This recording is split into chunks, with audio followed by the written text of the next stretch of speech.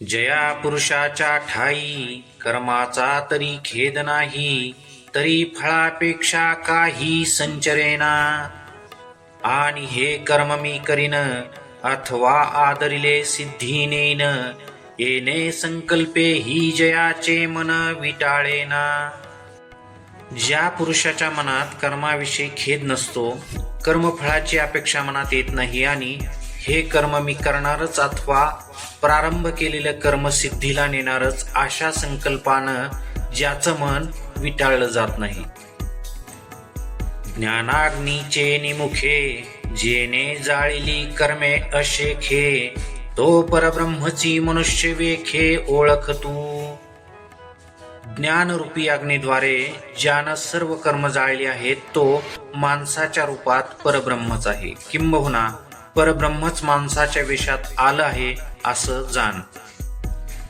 जो शरीरी उदास फळभोगी निरास, नित्यता उल्हास होनी असे. जो देहाविषयी उदास असतो, फळभोगाविषयी उदासीन असतो, कर्माविषयी उदास आहे म्हणून तो उदास असतो असं नाही, नित्य उल्हासित असतो, किंबहुना अखंड आनंदात्मक होऊन विचरतो. जो संतोषाच्या गाभारा आत्मबोधाची या ओगरा, पुरेन म्हणेची धनुर्धरा आरोगीता. अलिप्ताची जीवनशैली जो संतोषाच्या गाभाऱ्यात जेवत असताना आत्मज्ञानाच्या पक्वांनांना पुरे असं कधी म्हणतच नाही. कैसी अधिकाधिक आवडी घेत महासुखाची गोडी, सांडोनिया आशा कुरोंडी अहम भावेसी. संतोषाच्या गाभाऱ्यात जो महासुखाची गोडी घेतो त्याच्या अधिकाधिक आवडीचा प्रताप पहा कसा आहे. त्यानं अहंकारासहित आशेला महासुखावरून ओवाळून टाकलं. म्हणून अवसरे जे जे पावे तेने चितो सुखावे, जया आपुले आणि परावे दोन्ही नाही. म्हणून वेळेनुसार जे मिळेल त्यानंच तो सुखावतो, ज्याला आपलं आणि परक दोन्हीही नाही. तो दिठी जे पाहे ते आपणची होऊन जाये, ऐके ते आहे तोची जहाला. चरणी हन चाले मुखे जे जे बोले, ऐसे चेष्टा जात ते तुले आपणची जो. तो दृष्टीने जे पाहतो तो तेच स्वरूप होऊन जातो, जे ऐकतो तेच झालेला असतो, पायाने चालतो, मुखाने जे बोलतो याप्रमाणे त्याच्या सर्व क्रिया आत्मरूप झालेल्या असतात, किंबहुना तो आपणच होतो. हे असो विश्व पाही जयासी आपण पे वाचून नाही, आता कवनते कर्मकाई बाधी तयाते. हे सर्व असू दे, ज्याला विश्वच आपल्या स्वरूपाशिवाय नाही असं वाटतं त्याला आता कोणतंही कर्म कसं बांधू शकेल. तात्पर्य विश्वात्मक झालेल्यांना कर्म बाधत नाही. हा मत्सर जेथ उपजे ते तुले नुरेची जया दुजे, तो निर्मत्सर काई म्हणजे बोलवरी. ज्याला द्वेष करण्याकरिता दुसरा उरलाच नाही तो निर्मत्सर आहे हे शब्दानं बोलून दाखवलं पाहिजे का. म्हणून सर्वा परिमुक्त तो सकर्मची कर्मरहित, सगुण परी गुणातीत एथ भ्रांती नाही. म्हणून तो सर्व प्रकारे मुक्त आहे, कर्म करीत असून कर्मरहित आहे, गुणयुक्त असून गुणातीत आहे, याविषयी संशय नाही. तो देह संगे तरी असे परी चैतन्या सारिखा दिसे, पाहता परब्रह्माचे निकसे चोखाळ भला. तो देहधारी असतो परंतु चैतन्यासारखा दिसतो, परब्रह्माच्या कसाला लावून पाहिले असता शुद्ध आणि भला वाटतो. ऐसा ही परी कौतुके जरी कर्मे करी अज्ञादिके, तरी तिये लया जाती निशेखे तयाच्या ठाई. असा असून त्यानं जर कौतुकानं यज्ञाधिकासाठी कर्म केलं तर ती सर्व त्याच्याच ठिकाणी लय पावतात, किंबहुना होतात. या काळीची अभ्रे जैसी उर्मेविन आकाशी हरपती अपयसी उदयली साती तैसी विधी विधाने विहिते जरी आचरे तो समजते तरी तिये ऐक्य भावे ऐक्याते पावतीची गा.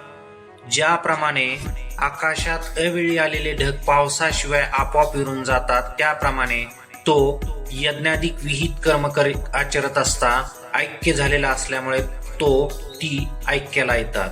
तात्पर्य विश्वात्मक असल्यामुळे कर्म देखील विश्वात्मक होतात, एकरूप होतात. ही आता एक व्यक्ती नसून विश्वात्मक आहे म्हणून त्याची कर्म देखील ऐक्यात लीन होतात.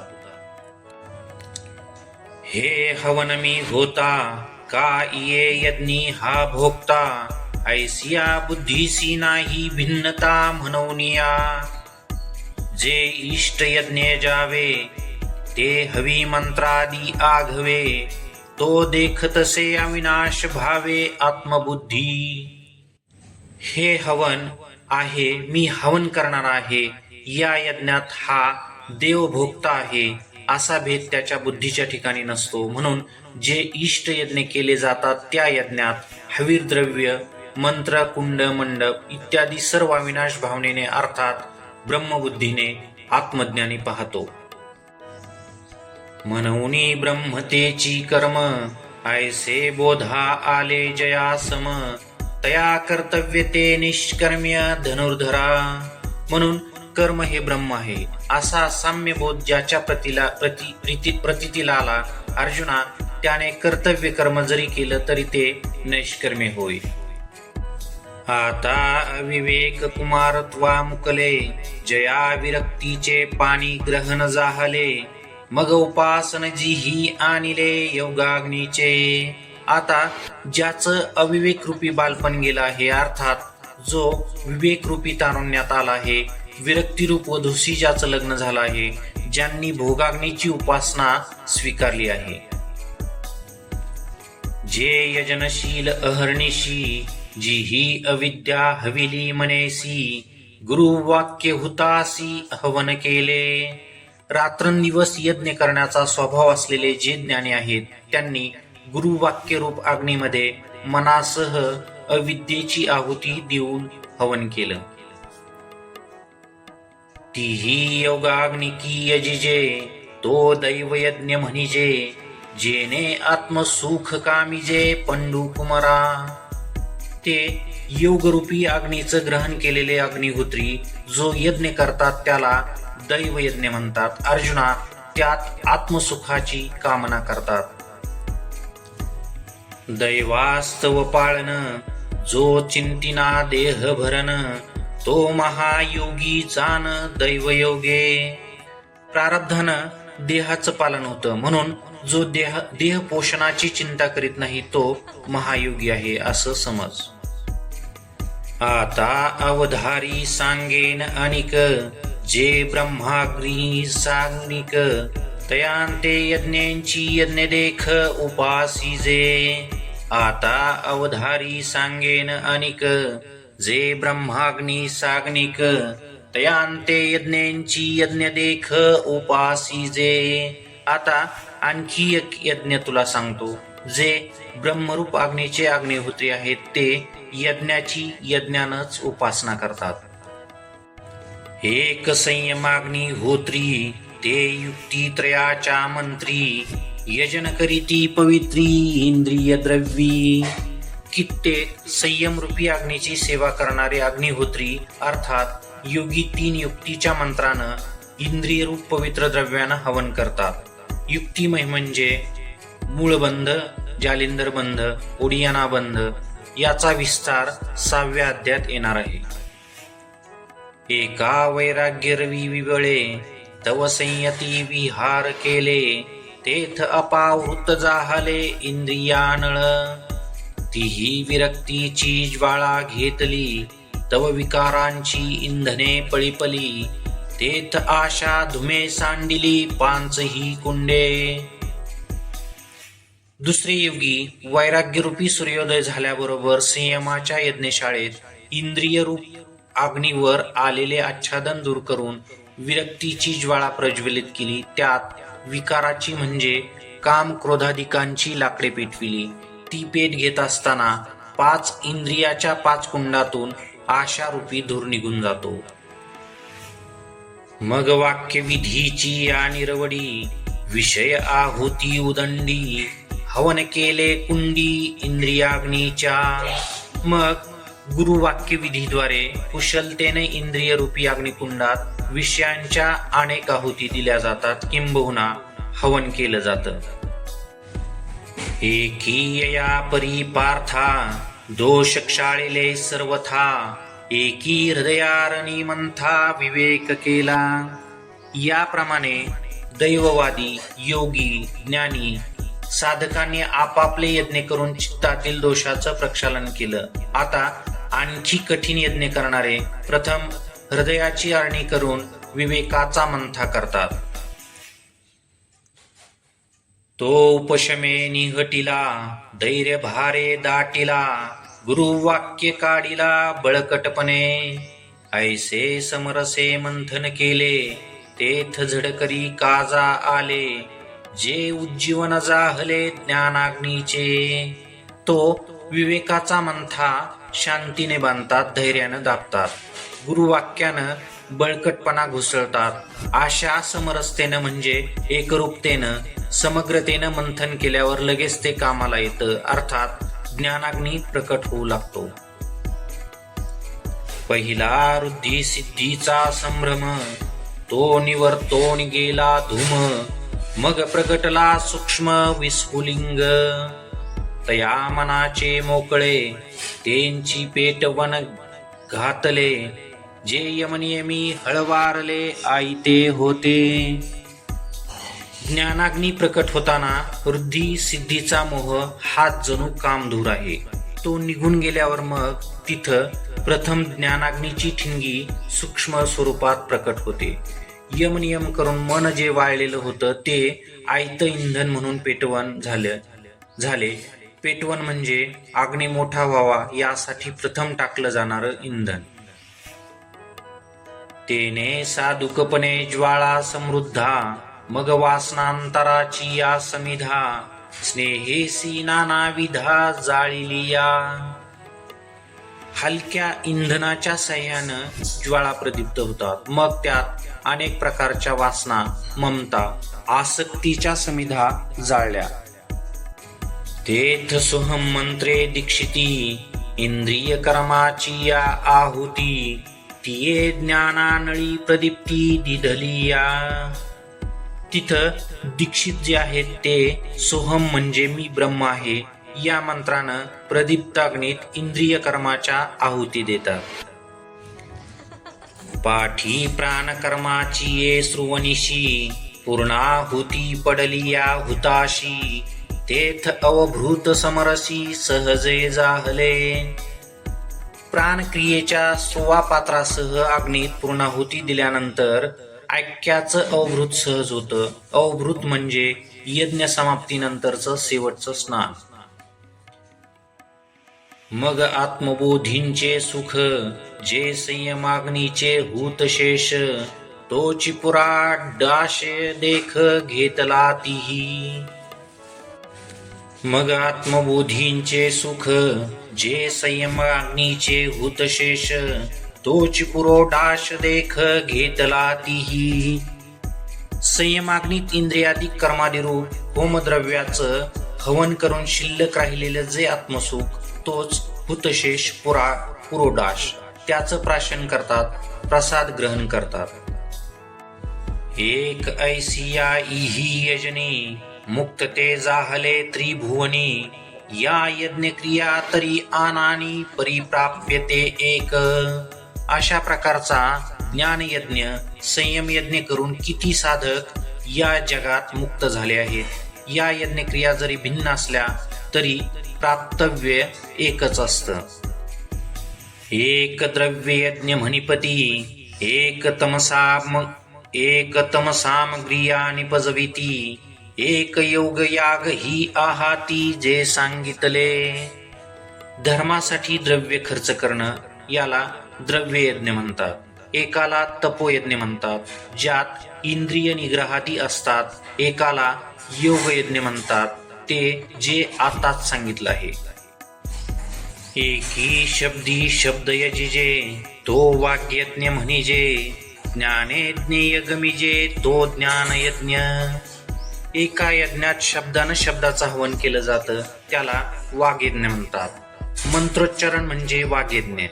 ज्ञानानं ज्ञेय जाणणं, याला ज्ञानयज्ञ म्हणतात. यथार्थ ज्ञान करून घेणं म्हणजे ज्ञानयज्ञ होय.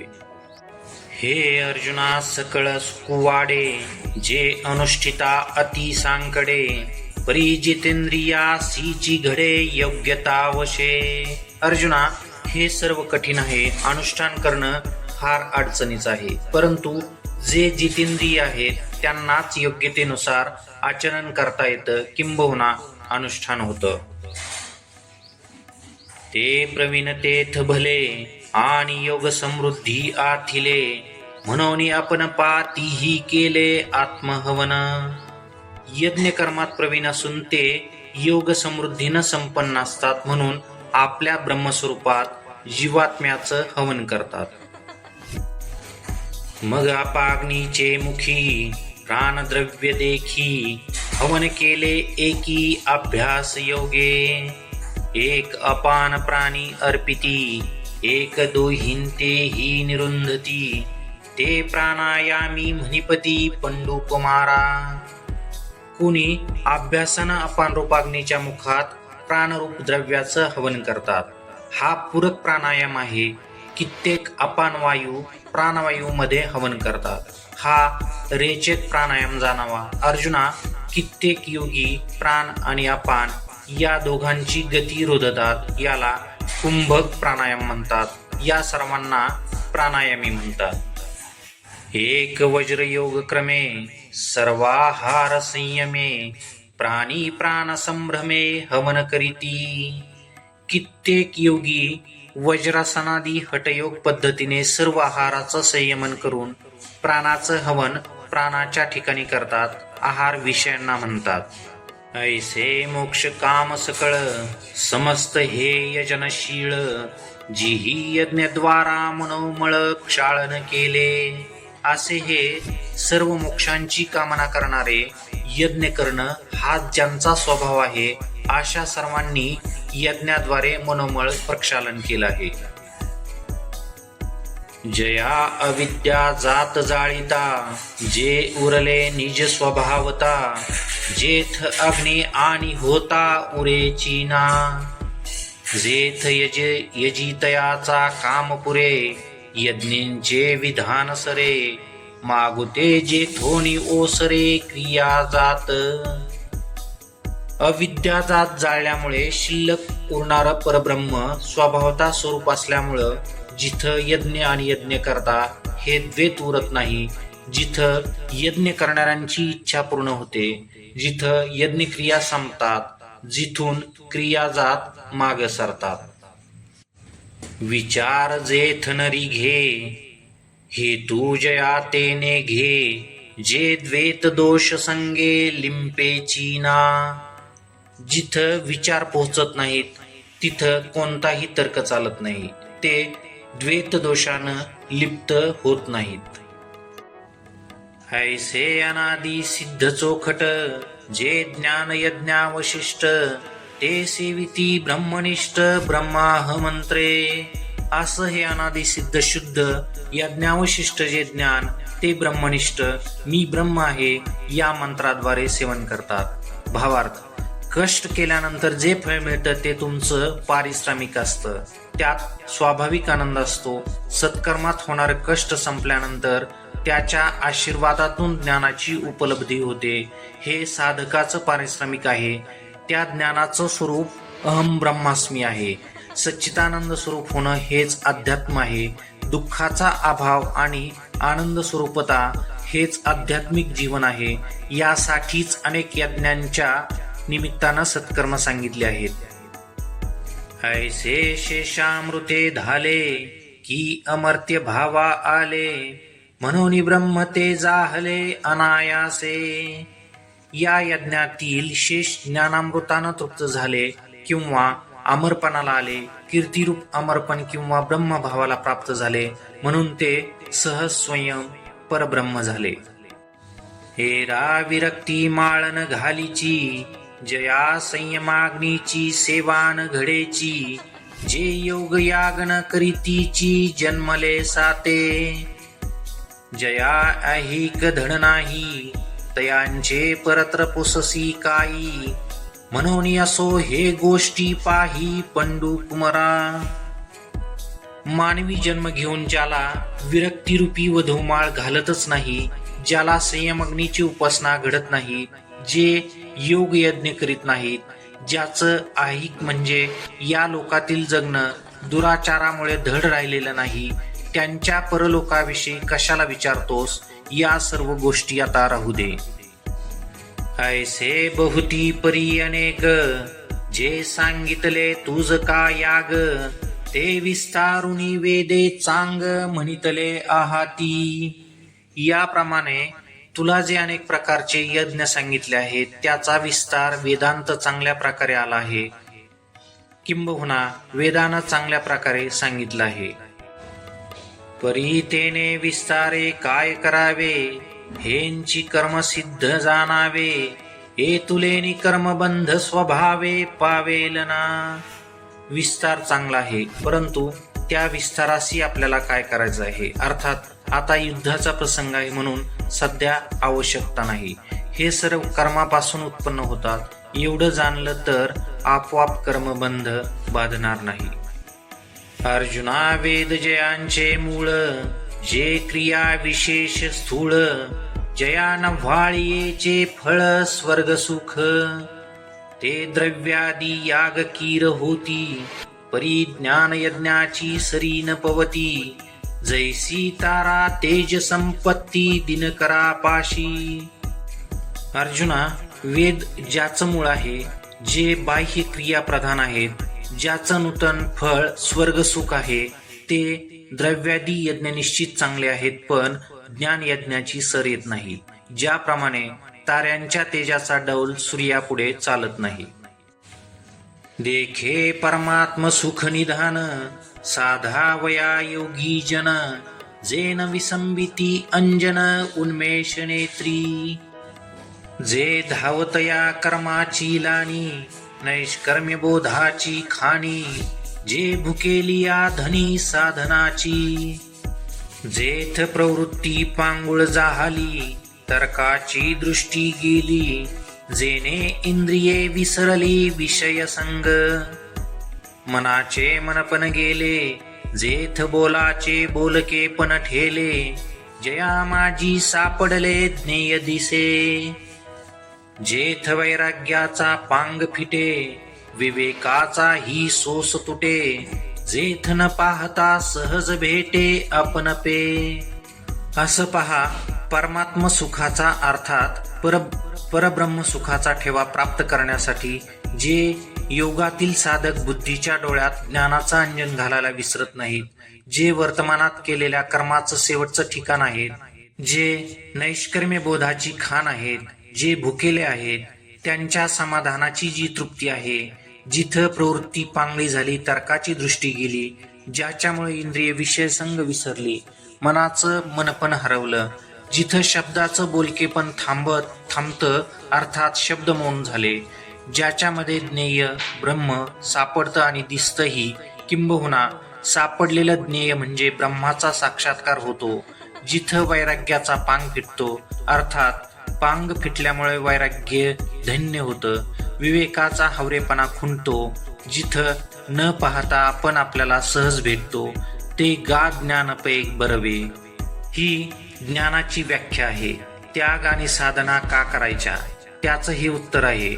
शारीरिक भोग, सत्ता, सुख, धन आणि मान यात गुंतलेल्यांना ज्ञानाची व्याख्या तरी समजेल का?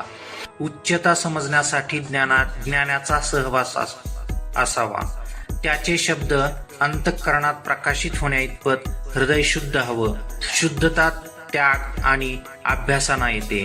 आणखी कशाने येते त्यासाठी पुढचा श्लोक आणि ओव्या आहेत, त्या समजाव्यात म्हणून भावानुवादाचं सहकार्य आहेच. ते गा ज्ञान पै बरवे, जरी मनियाथी जाणावे तरी संता ते भजावे सर्वस्वेसी. ज्या ज्ञानाचं वर्णन केलं ते उत्तम ज्ञान मिळावं असं मनाला वाटलं तर सर्व भावानं संतांची सेवा करावी. जे ज्ञानाचा कुरुठा तेथ सेवा हा दारी वंठा, तो स्वाधीन करीती सुभटा ओळगोनी. जे ज्ञानाचं घर आहे त्या घराचा सेवा हा उंबरा आहे. अर्जुना, तू सेवा कर, ज्ञान तुझ्या स्वाधीन करतील. चिंतन. ज्या ज्ञानाचं वर्णन आहे ते ज्ञान प्रथम मनात येतच नाही. त्या ज्ञानाचं स्वरूप अशा प्रकारचं आहे हे माहीतच नाही. माहीत झाल्यास शारीरिक बौद्धिक क्षमता किती आहे याची आपल्याला कल्पना नसते. असं ज्ञान कोणाकडे आहे हे माहीत नाही. माहिती झालं तर त्यांनी आपल्याला का द्यावं? सेवा करणं म्हणजे आपला वेळ देणं, अहंकार रहित होणं, अशा ज्ञानाची तहान असणं यालाच जिज्ञासू म्हणतात. त्याच्याकडून ज्ञानी संतांना धनाची अपेक्षा नसते. पुढे सांगतात, तरी तनु मन जीवे चरणांशी लागावे आणि अगर्वता करावे दास्य सकळ. तरी त्या ज्ञानासाठी तन मन आणि हृदयाचं समर्पण करावं, चरण सानिध्यात असावं. विशेष म्हणजे सर्व सेवा करावी परंतु मनात गर्व नसावा. चिंतन. चरण आणि पाय हे शब्द संप्रदायात पारिभाषिक आहेत. चरणाचा ज्ञान स्वरूप हा अर्थ आहे. या ओवीत दोन प्रकार आहेत, चरणाशी लागावे आणि करावे दास्य सकळ. चरण सानिध्य असावं म्हणजे ज्ञान साधना करावी, सकळ दास्य करावे म्हणजे सेवा करावी. अगर्वता या शब्दाचा दोन्हीकडे अन्वय आहे. अगर्वता चरणाशी लागावे, अगर्वता सकळ दास्य करावे. हृदयातून तनानं मनानं ज्ञान सानिध्यात असल्यास, सकळ दास्य केल्यास, या उपरांत गर्वरहित असल्यास मग काय करावं पुढच्या ओवीत सांगतात. मग अपेक्षित जे आपुले तेही सांगतील पुसिले, जेने अंतःकरण बोधले संकल्पानये. मग अपेक्षित ज्ञानाविषयी प्रश्न विचारल्यास ते आपल्याला ज्ञानाचा उपदेश करतील. त्या उपदेशामुळे अंतःकरण ज्ञानानं प्रकाशित होईल, पुन्हा संकल्प विकल्पाकडे जाणार नाही. चिंतन. प्रश्न विचारल्यावर ते ज्ञान सांगतील याचा भाव गहन आहे. प्रश्न विचारण्यापूर्वी साधकाची अवस्था कशी असावी याचं वर्णन मागील म्हणजे 167व्या ओवीत आहे. ती अधिकार संपन्नता असेल तर साधकाच्या प्रश्नाचं उत्तर योग्य वेळी दिलं जाईल. अगदी साध्या भाषेत प्रश्न विचारण्यापूर्वी आपला अधिकार पहा, मग उत्तराची अपेक्षा करा. प्रश्न विचारण्याकरिता आपली अवस्था कशी असावी हाच अर्थ आणखी पुढे स्पष्ट होणार आहे. परंपरेने श्लोक आलेले आहेत. श्लोकाशिवाय ओव्यांची संगती उत्तम जाणवते. माऊलींनी हेही 18व्या अध्यायात सांगितलं आहे. श्री गुरुकृपा आणि स्वाध्याय असल्यास याचं अनुभूतीत रूपांतर होईल. एकाच वेळी दोन प्रवाहांचा आनंद घेता येईल. जयाचे निवाक्य उजीवडे, जाहले चित्त निधडे, ब्रह्माचे निपाडे निशंक होय. ते वेळी आपण पेया सहिते, ये अशेष ही भूते, माझ्या स्वरूपी अखंडिते देखसी तू. ज्याच्या वाक्याच्या उजेडानं अर्थात प्रकाशानं चित्त निधडे म्हणजे निर्भय होतं, परब्रह्माप्रमाणे निशंक होतं. या अवस्थेत स्वतः सहित सर्व भूत मात्र माझ्या स्वरूपात तू निरंतर पाहशील. ऐसे ज्ञान प्रकाश पाहेल, तै मोहांधकार जाईल, जय श्री गुरु कृपा होईल पार्थागा. अरे अर्जुना, ज्यावेळी श्री गुरु कृपा होईल त्यावेळेस ज्ञान प्रकाशाचा उदय होईल, किंबहुना ज्ञान प्रकाशानं उजडेल तेव्हा मोहरूपी अंधकार नाहीसा होईल. जरी कल्मशाचा आगर, तू भ्रांतीचा सागर, व्यामोहाचा डोंगर होणी अससी, तरी ज्ञान शक्तीचे निपाडे, हे आघवेंची गाथ होकडे, ऐसे सामर्थ्य असे चोखडे ज्ञानी ये. तू पापांचा आगर, भ्रांतीचा सागर, संशयाचा डोंगर जरी असलास तरी ज्ञानशक्तीच्या तुलनेत हे सर्व लहान आहे. ज्ञानशक्तीचं सामर्थ्य फार मोठं आहे. देखे विश्व संभ्रमा ऐसा, जो अमृताचा कडवसा, तो जयाची या प्रकाशा पुरेची ना. तया कायसे हे मनोमळ, हे बोलतांची अति किडाळ, नाही येणे पाडे ढिसाळ दुजे जगी. असं पहा, विश्वा एवढा जो आभास आहे तो अमृताचा कडवसा आहे. केवळ ज्ञानाच्या प्रकाशानं समाप्त होतो. त्या ज्ञानापुढे मनोमळ किरकोळ आहे.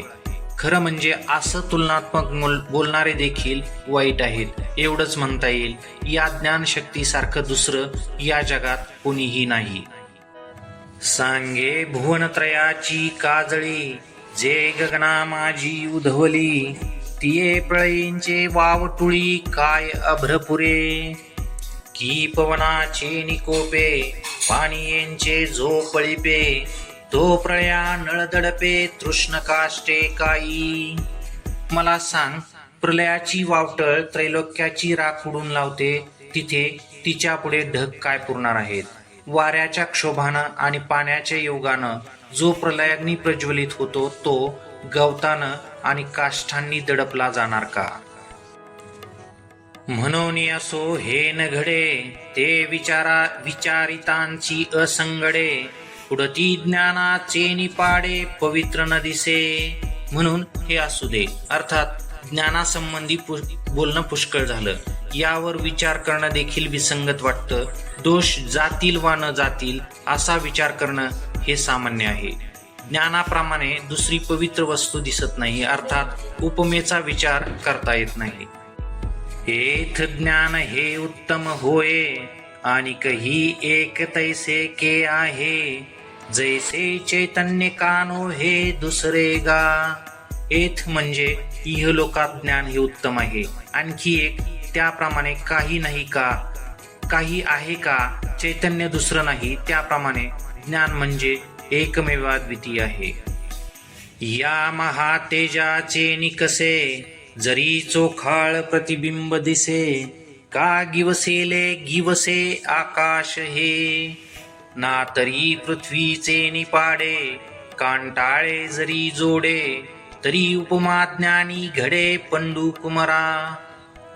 महातेजाच्या कसाला उतरेल असं शुद्ध प्रतिबिंब दिसलं, किंवा आकाश ज्यानं कवटाळलं आहे असं कोणी दिसलं, अथवा पृथ्वीबरोबर तुलना करता येईल असा दुसरा पदार्थ मिळाला तर अर्जुना ज्ञानाला उपमा देणं शक्य आहे. म्हणून बहुती परी पाहता, उडत पुडती निर्धारिता, हे ज्ञानाची पवित्रता ज्ञानींची अथी. म्हणून अनेक प्रकारे विचार केला असता पुन्हा पुन्हा केलेला निर्णय तपासून पाहता हेच सिद्ध होतं की ज्ञानाची पवित्रता ज्ञानाच्या ठिकाणीच आहे. जैसी अमृताची चवी निवडीजे, तरी अमृताची सारिखी म्हणिजे, तैसे ज्ञान हे उपमिजे ज्ञानसींची. ज्याप्रमाणे अमृताची चव निवडू गेलो तर ती अमृतासारखीच म्हणावी लागेल, त्याप्रमाणे ज्ञानाला ज्ञानाचीच उपमान देणं योग्य आहे. आता यावरी जे बोलणे, ते वायांची वेळ फेडणे, तव साचची हे पार्थ म्हणे जे बोलत असा, परी तेची ज्ञान केवी जाणावे, ऐसे अर्जुने जव पुसावे, तव ते मनोगत देवे जाणितले. मग म्हणतसे किरीटी, आता चित्त देई ये गोठी, सांगेन ज्ञानाची ये भेटी उपाय तुझ. आता ज्ञानावर अधिक बोलणं म्हणजे वेळ वाया घालवणं होय. यावर आपण जे बोलत आहात ते खरं आहे, परंतु तेच कसं जाणावं असं अर्जुन भगवंताला विचारणार. तोच देवानं त्याचं मनोगत ओळखलं. मग श्रीकृष्ण म्हणाले, अर्जुना, मी तुला ज्ञान प्राप्तीचा उपाय सांगतो. आता या गोष्टीवर चित्त असू दे. आत्मसुखाची या गोडिया, विटे जो का सकळ विषया, जयाच्या ठाई इंद्रिया मान नाही. आत्मसुखाच्या गोडी करता जो सर्व विषयांना विटतो त्याच्याजवळ इंद्रियांना मान नसतो, अर्थात तो इंद्रियाचं ऐकत नाही. मन जर विषयाला विटलं तरच इंद्रियांना किंमत नसते. आत्मसुख हे साधकाचं ध्येय असतं. ध्येयाच्या आवडीमुळे विषय व इंद्रियांना तुच्छ लेखतो.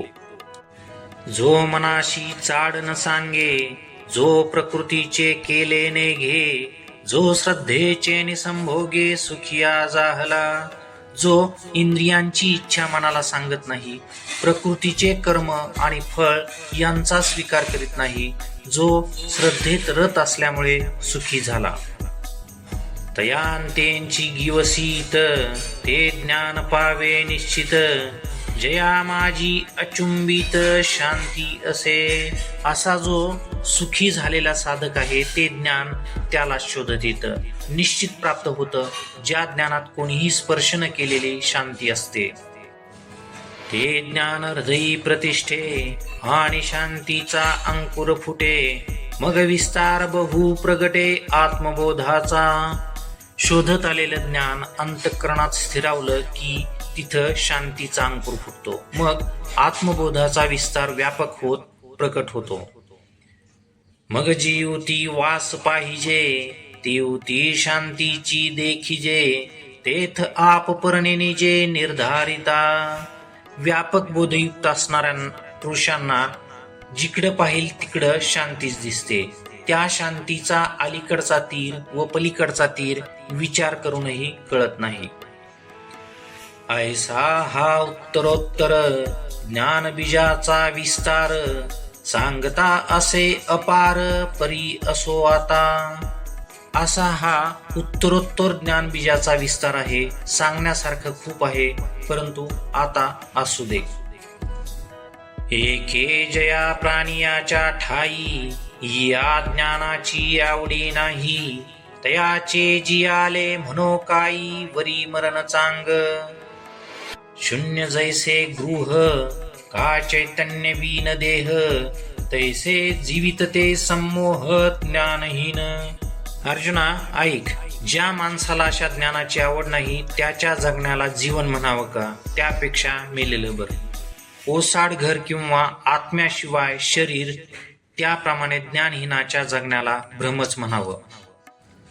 अथवा ज्ञान कीर आपुन हे, परी ते चाड एकी जरी वाहे, तरी तेथ जिव्हाळा काही आहे प्राप्तीचा पै.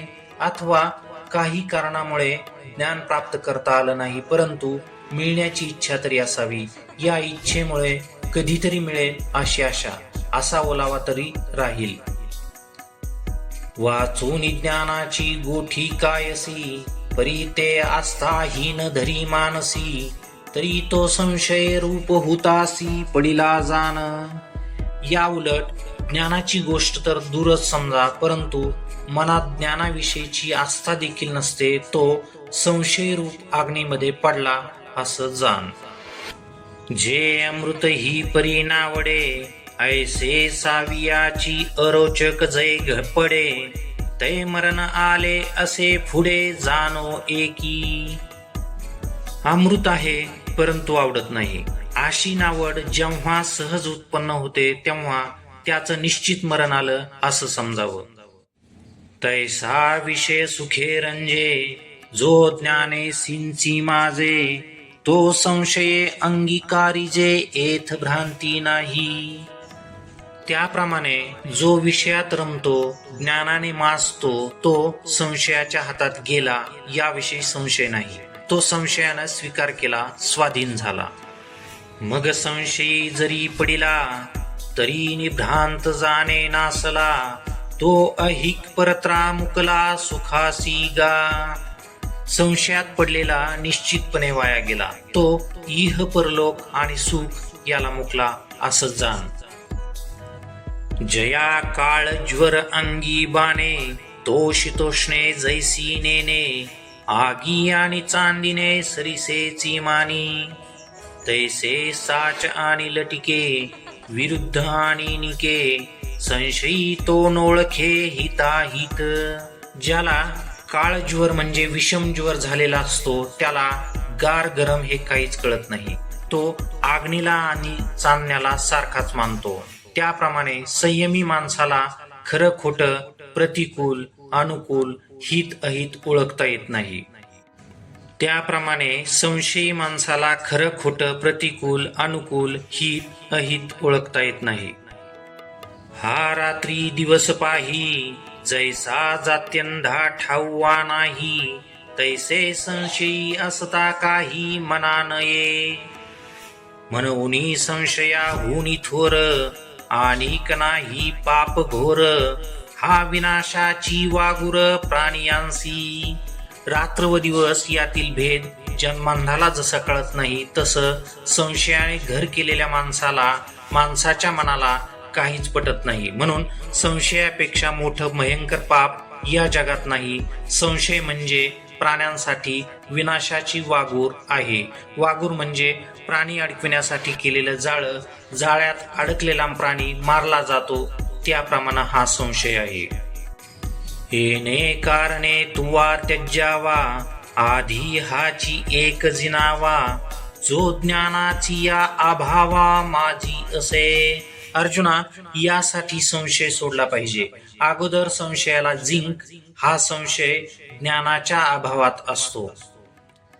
जे अज्ञानाचे गडद पडे, तय हा बहुवसमनी वाढे, मनोनी सर्वथा मार्ग मोडे विश्वासाचा. बुद्धीत अज्ञानाचा गडद अंधकार पडतो, तेव्हा संशय फार वाढतो. म्हणून मग श्रद्धेचा मार्ग पूर्णपणे मोडतो, खुंटतो. तात्पर्य: संशय श्रद्धेला प्रतिबंधक आहे. श्रद्धावान जो मन आणि इंद्रियाचा ऐकत नसतो तो सुखी असतो. हृदयी हा चिन समाये, बुद्धी ते गिवसूनी ठाये, तेथे संशयात्मक होये लोकत्रय.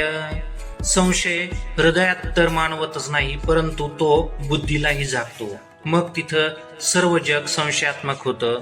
तात्पर्य: सर्व ठिकाणी संशययुक्त झाल्यास श्रद्धेला स्थानच उरत नाही.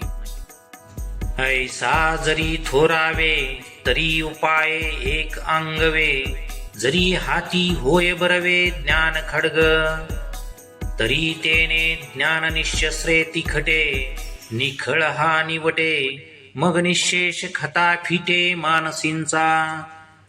जग संशयग्रस्त झाल्यास अर्थात संशय वाढल्यास त्यावर एक उपाय चांगला आहे.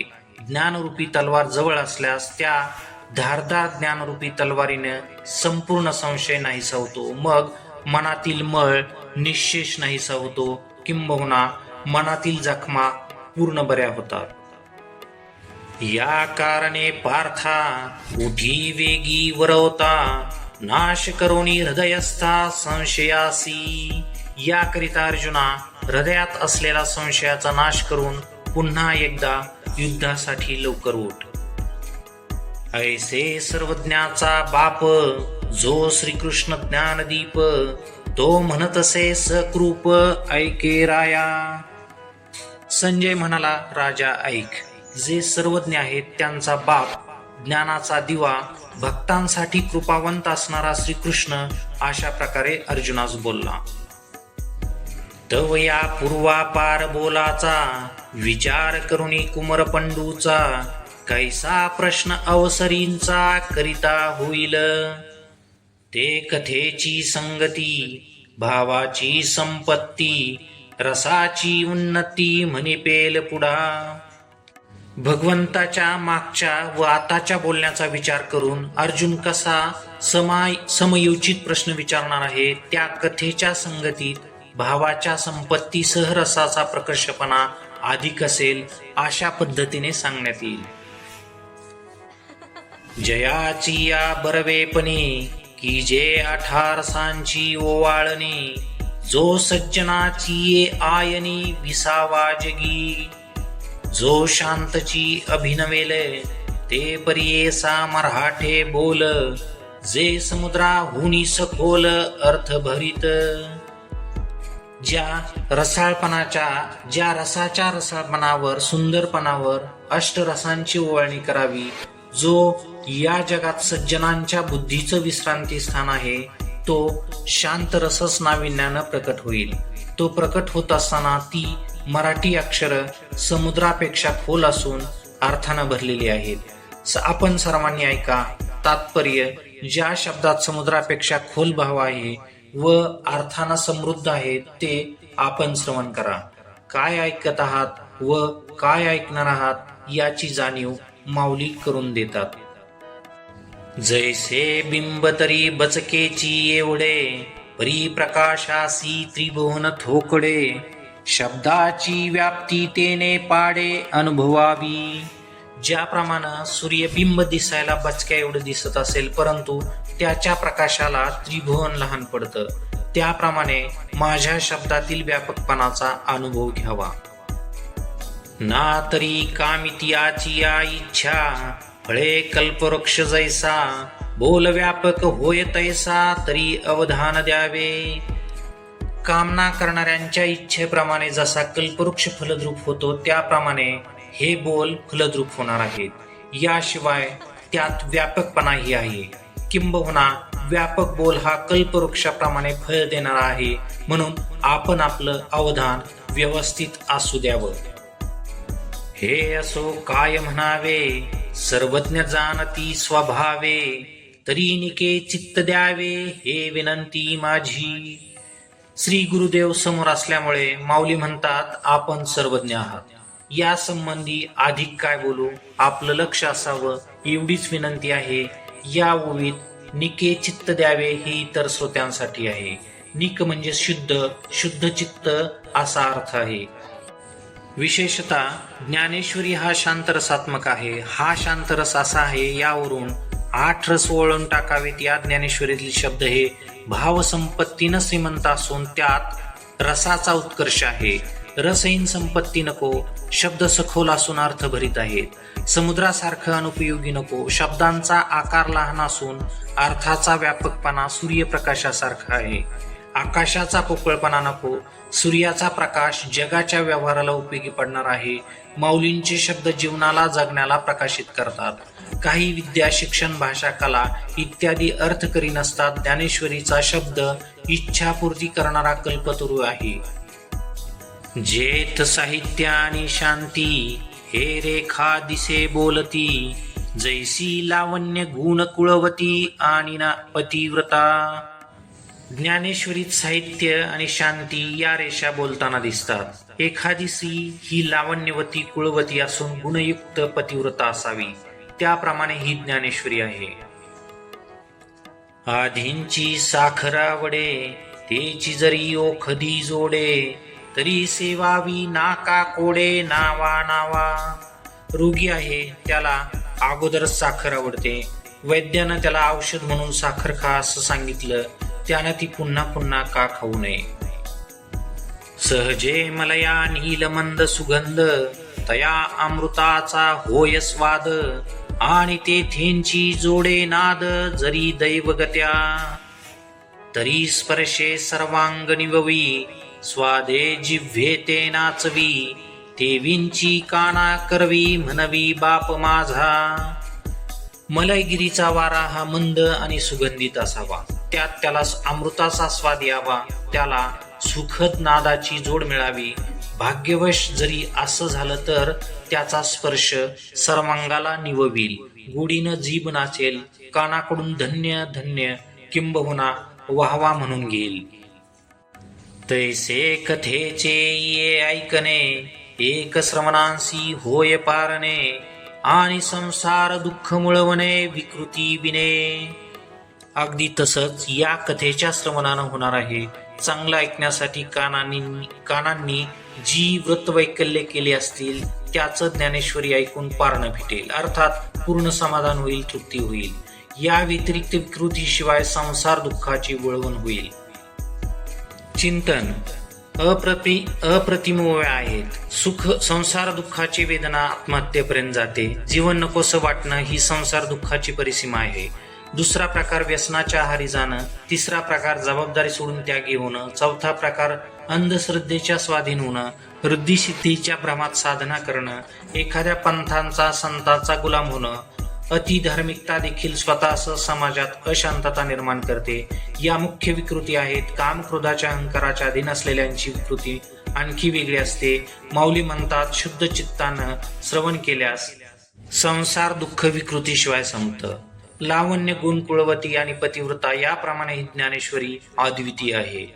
शब्द सौंदर्य, गुणवत्ता, योग्य कुळातील शब्द, तत्वाशी एकनिष्ठपणा असे शब्द कोठे आढळतात. शब्द असे असावेत हे देखील आजच्या बुद्धिवंतांना माहीत नाही. माऊली आपल्या शब्दांचं स्वरूप समजावून सांगतात, हेच उपकार मानावेत. जरी मंत्र्यांची वैरी मरे, तरी वाया का बांधावे कटारे. रोग जाये दुधे साखरे, तरी निंब का पियावा. तैसा मनाचा मार न करिता, आणि इंद्रिया दुःख न देता. एथ मोक्ष असे आयता श्रवणाची माझी. मंत्रानं जर शत्रू मरत असेल तर कमरेला कट्यारी का बांधाव्यात. रोग जर दूध साखर यानं जात असेल तर कडुनिंब का प्यायचं. त्याचप्रमाणे या कथेचं ऐकणं इथं मनाला मारायचं नाही, इंद्रियांना दुखवायचं नाही. केवळ ऐकण्यानं ऐकतं म्हणजे घर बसल्यास मोक्ष सुख मिळणार आहे. म्हणून याथील या आरानुका, गीतार्थ हानिका. ज्ञानदेव म्हणे ऐका निवृत्तीदास. म्हणून सुखानं संपन्न होण्यासाठी प्रसन्न मनानं हा गीतार्थ चांगल्या प्रकारे ऐका, असं निवृत्तीदास ज्ञानदेव म्हणतात. हरिओम तत्सत, हरिओम तत्सत, हरिओम तत्सत. ओम श्री परमात्मने नमः.